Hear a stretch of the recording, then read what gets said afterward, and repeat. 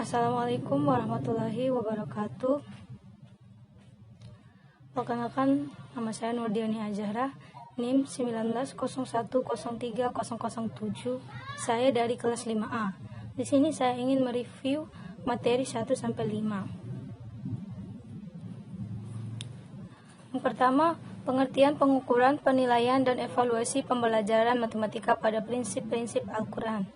Pengukuran adalah proses pengumpulan data melalui pengamatan empiris untuk mengumpulkan informasi yang relevan dengan tujuan yang telah ditentukan. Pengukuran dapat diartikan sebagai kegiatan atau usaha yang dilakukan untuk memberikan angka-angka pada suatu kejadian, gejala, peristiwa, atau benda, sehingga hasil pengukuran akan selalu berupa angka. Penilaian adalah istilah umum yang mencakup semua metode yang digunakan untuk menilai hasil tes siswa. Masjidjo menyatakan bahwa penilaian adalah suatu kegiatan membandingkan hasil pengukuran sifat suatu objek dengan suatu acuan yang relevan sehingga diperoleh kuantitas suatu objek yang bersifat kualitatif. Evaluasi merupakan sebuah proses yang dilakukan oleh seseorang atau evaluator untuk mengetahui sejauh mana keberhasilan suatu program telah tercapai yang dilakukan secara berkesinambungan. Evaluasi adalah proses mengukur dan menilai terhadap suatu objek dengan menampilkan hubungan sebab akibat di antara faktor untuk mengambil keputusan dengan menggunakan informasi yang diperoleh melalui pengukuran hasil belajar baik yang menggunakan instrumen tes maupun non-tes. Dideskripsikan hubungan ketiganya sebagai berikut. A. Evaluasi adalah deskripsi kuantitatif siswa atau measurement pengukuran berdasarkan alat ukur yang representatif terhadap sesuatu yang diukur dengan ketetapan akurasi. B. Evaluasi adalah deskripsi kualitatif siswa atau judgement perbandingan penilaian yang ditetapkan dengan penentuan nilai, fungsi, tujuan, kedudukan, prosedur, dan ruang lingkup evaluasi pembelajaran matematika. Menurut Norma E. Groenlund menyatakan bahwa evaluasi bukanlah sekumpulan teknik semata-mata, tetapi evaluasi merupakan suatu proses yang berkelanjutan yang mendasari keseluruhan kegiatan belajar mengajar yang baik. Edwin Wundt dan Gerald W. Brown menyatakan bahwa evaluasi berkenaan dengan kegiatan atau proses selanjutnya yang menentukan nilai dari sesuatu. Wayne Hamilton menyatakan bahwa evaluasi adalah pernyataan bahwa sesuatu itu mempunyai nilai atau tidak. Tujuan evaluasi sesuai dengan fungsi evaluasi yang dipaparkan di atas. Evaluasi memiliki beberapa tujuan dalam fungsinya sebagai alat seleksi, pengukuran keberhasilan, alat penempatan. Dalam fungsi evaluasi sebagai alat seleksi terkandung di dalamnya tujuan evaluasi, yaitu untuk mendapatkan calon siswa pilihan yang cocok dengan sesuatu jurusan dan jenjang pendidikan tertentu. Kedudukan evaluasi. Kedudukan evaluasi dalam kegiatan belajar mengajar berada sebelumnya, selama dan sesudah kegiatan belajar berlangsung.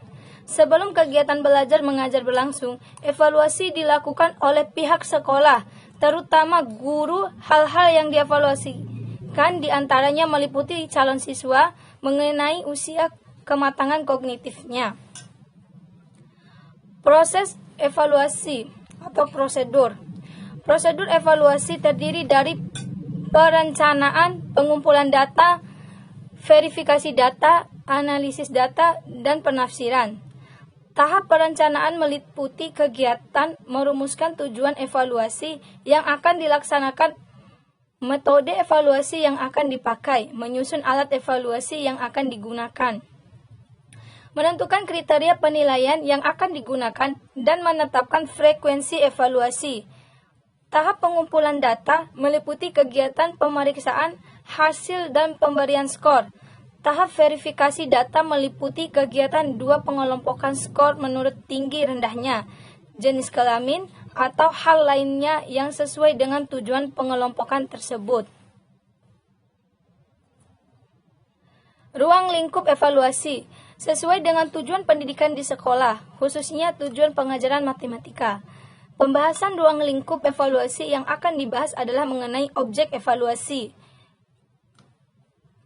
Objek atau sasaran evaluasi adalah sesuatu yang menjadi titik pusat pengamatan evaluasi. Objek evaluasi terdiri dari 3 bagian, yaitu masukan atau input, 2 proses, 3 keluaran atau output. Evaluasi program pendidikan. Program pendidikan adalah program sesuai dengan rumusan di atas. Dalam ruang lingkup pendidikan, ada 2 macam cara untuk mengevaluasi program pendidikan, yaitu 1. Evaluasi secara rasional, yang kedua evaluasi secara empiris. Memahami dan menjelaskan penilaian autentik. Jenis-jenis penilaian autentik pada tingkat kognitif, Lodge, Mods, dan Hodge. Penilaian autentik. Penilaian dilakukan secara bermakna, menyeluruh, berkesinambungan, dan berlandaskan pada kurikulum 2013 dengan dasar Permendikbud nomor 66 tahun 2013 tentang standar penilaian pendidikan, yaitu penilaian autentik. Pada kegiatan pembelajaran matematika, penilaian secara autentik dapat memberikan informasi yang banyak dari pencapaian hasil belajar siswa secara terperinci. Penilaian autentik atau authentic assessment menurut Pusat Kurikulum 2019 merupakan proses serangkaian kegiatan pengumpulan data, pelaporan informasi yang menjelaskan perolehan hasil belajar siswa dengan menerapkan prinsip-prinsip penilaian, pelaksanaan berkelanjutan, bukti-bukti yang nyata atau autentik, akurat, dan konsisten sebagai akuntabilitas publik. Prinsip yang digunakan dalam penilaian autentik menurut Hendriana dan Soemarno meliputi beberapa hal diantaranya sebagai berikut. Yang pertama, mengidentifikasi apa yang telah diketahui dan dipahami oleh siswa. Yang kedua, menggali kembali kemampuan siswa dalam berpikir matematis. Yang ketiga, harus berpikir praktis.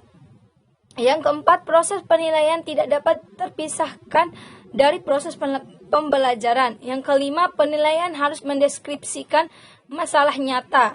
Yang keenam, penilaian harus menggunakan berbagai ukuran, metode, dan kriteria yang sesuai dengan ciri khas dan esensi pengalaman belajar siswa. Yang terakhir atau yang ketujuh, penilaian harus bersifat holistik yang mencakup semua aspek dari tujuan pembelajaran, baik kognitif, afektif, maupun psikomotorik. Jenis-jenis penilaian autentik. 1. Teknik dan instrumen pada penilaian kompetensi pengetahuan kognitif. Yang kedua, teknik dan instrumen pada penilaian kompetensi sikap atau afektif. Yang ketiga, teknik dan instrumen pada penilaian kompetensi keterampilan atau psikomotorik. Low order thinking skill atau LOTS adalah sebuah kemampuan berpikir siswa secara fungsional. Biasanya siswa yang menerapkan metode LOTS akan mendapatkan informasi atau materi belajar dengan cara menyalin, meniru, menghafal, mengingat, dan mengikuti arahan-arahan dari orang lain.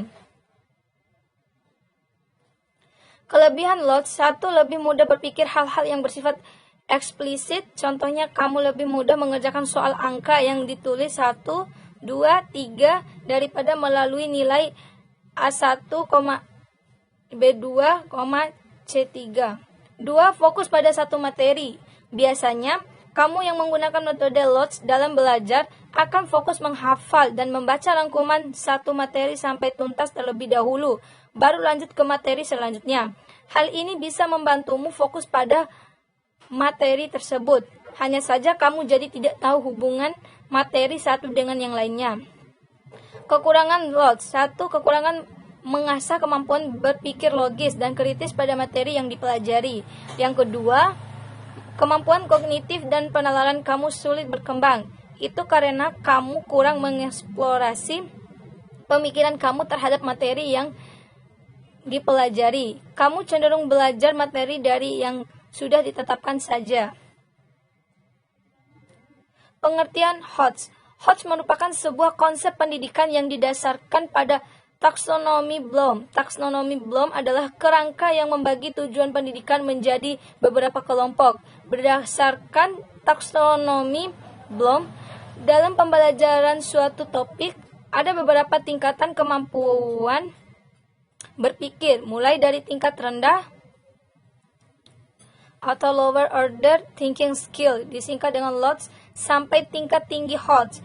Dari namanya aja, pembelajaran Hodge tentunya memerlukan kemampuan berpikir lebih daripada soal LOTS. Brockhart menyatakan bahwa Hodge berkaitan dengan 3 hal, yaitu transfer, berpikir kritis, dan pemecahan masalah.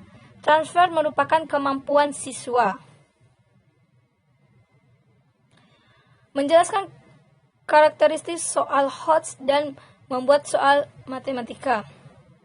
Soal Hodge merupakan instrumen pengukuran yang digunakan untuk mengukur kemampuan berpikir tingkat tinggi, yaitu kemampuan berpikir yang bukan hanya sekedar mengingat, menyatakan kembali, atau merujuk tanpa melakukan pengolahan. B. Karakteristik soal Hodge. Banyak yang mengartikan soal sulit sama dengan soal Hodge. Hal tersebut keliru. Soal Hodge haruslah memenuhi beberapa kriteria sebagai berikut. 1. Mengukur kemampuan tingkat tinggi. Asher menyatakan bahwa kemampuan berpikir tingkat tinggi merupakan proses menganalisis, merefleksi, memberikan argumen atau alasan, menerapkan konsep pada situasi berbeda, menyusun, menciptakan. Kemampuan berpikir tingkat tinggi bukanlah kemampuan untuk mengingat, mengetahui, atau mengulang. Dengan demikian, jawaban soal-soal Hodge tidak tersurat secara eksplisit dalam stimulus. 2. Berbasis permasalahan kontekstual. Soal Hodge merupakan asemen yang berbasis situasi nyata dalam kehidupan sehari-hari. Hal ini bertujuan agar peserta didik mampu menerapkan konsep-konsep pembelajaran di kelas untuk menyelesaikan masalah dalam kehidupan sehari-hari.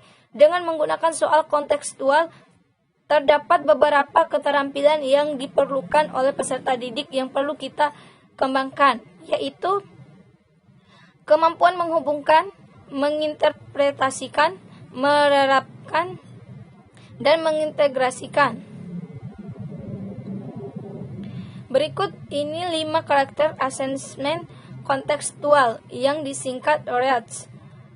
Relating atau asesmen terkait langsung dengan konteks pengalaman kehidupan nyata. Experiencing asesmen yang ditekankan kepada penggalian, penemuan, dan penciptaan. Applying asesmen yang menuntut kemampuan peserta didik untuk menerapkan ilmu pengetahuan yang diperoleh di dalam kelas untuk menyelesaikan masalah-masalah nyata. Communication asesmen yang menuntut kemampuan peserta didik untuk mampu mengomunikasikan kesimpulan model pada kesimpulan konteks masalah. Yang terakhir, transferring asesmen yang menuntut kemampuan peserta didik untuk mentransformasikan konsep-konsep pengetahuan dalam kelas ke dalam situasi atau konteks baru.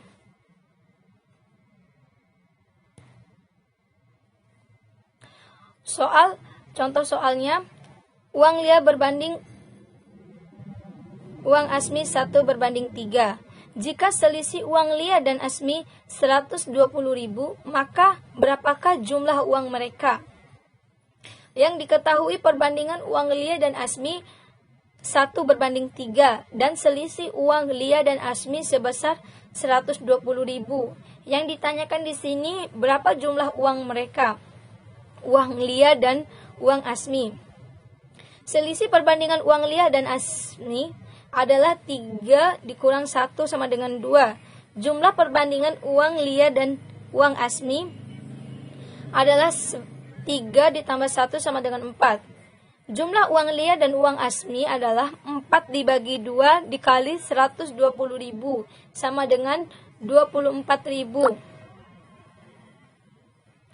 Jadi jumlah uang mereka adalah Rp240.000.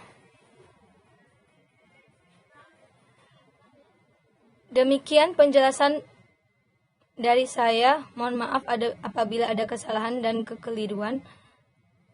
Wassalamualaikum warahmatullahi wabarakatuh.